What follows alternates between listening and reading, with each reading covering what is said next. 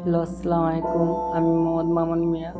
আমি আপনাদেরকে দেখাবো কিভাবে ডাউল তৈরি করতে হয়। ডাউল তৈরি করে আবার পরিবেশন করতে হয়। ডাউল তৈরি করতে হলে কি কি লাগে সেগুলো আমি আপনাদেরকে দেখাচ্ছি। বাদাম,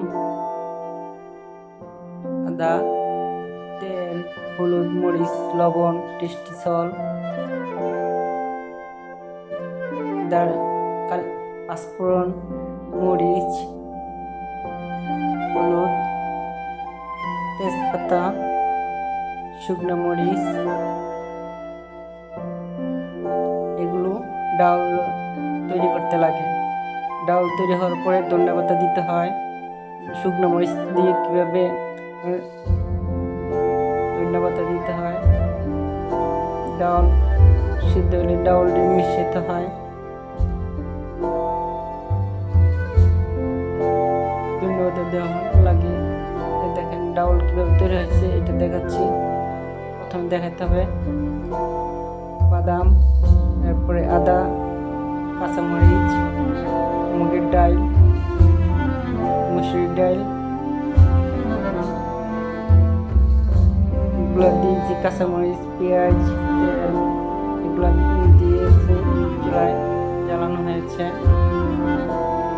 দেখেন আপনারা ডাল কীভাবে তৈরি হচ্ছে। ডাল অর্ধেক সিদ্ধ হয়েছে আর বলতেছে তখন মশলা এই মশলাগুলো দেওয়া হয়েছে। তেল দেওয়া হয়েছে, হলুদ দিয়েছি, লবণ দিয়েছি। ঠিক আছে, দেখেন কীভাবে এক কেজি একটা পটে 1 কেজি ডাউল দিয়ে কীভাবে পরিবেশন করতেছি তা দেখতেছেন। কাঁচামরিচ দিলাম,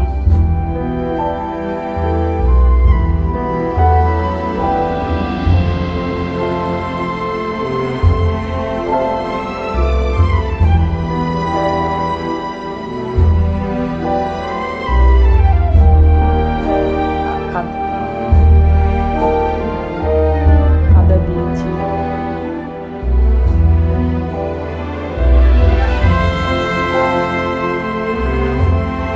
আদা রসুন দিয়েছি, বাদাম দিয়েছি। এখন দিলাম বাদাম,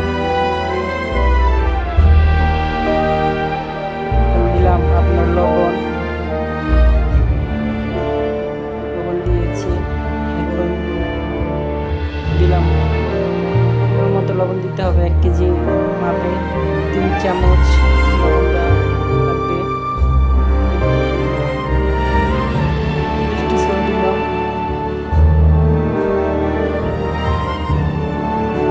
হলুদ দিলাম, হলুদ 1.5 চামচ দেওয়া লাগবে হলুদ।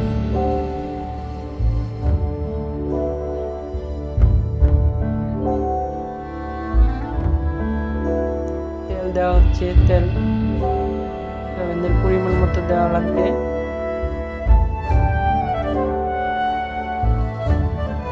পেঁয়াজ দেওয়া লাগবে,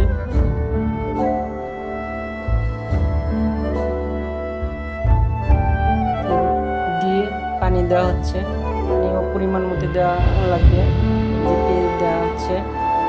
প্রথমে দিতে হবে তেল, কাঁচামরিচ, বাদাম, আদা রসুন, হলুদ, তারপরে লবণ, তারপরে আপনার টেস্টি সল্ট, এগুলো দিয়ে লাড়া দিতে হবে। দিয়ে পাক হলে, অর্ধেক পাক হলে নাড়ায় ভাঙতে হবে।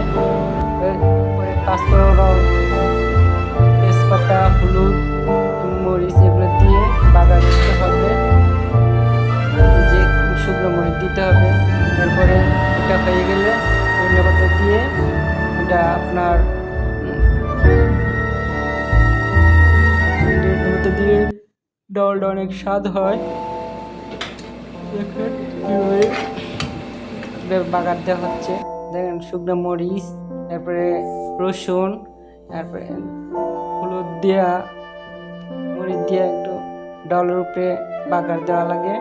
দেখেন বাগারটা কত কালারের, কত সুন্দর হয়েছে। ডাউলের রংটা দেখছেন। সে ঠিক এরকম হবে। দেখেন আপনাদের সাথে কাছে এই ডাউলটা পরিবেশন করছি। ডাউলটার মধ্যে ধনিয়া পাতা দিতে হবে, নাড়ায়া নাড়ায়া কিভাবে নাড়াচ্ছি দেখেন। এরপর ডাল হওয়ার পরে ধনিয়া পাতা দিয়ে নাড়তেছি।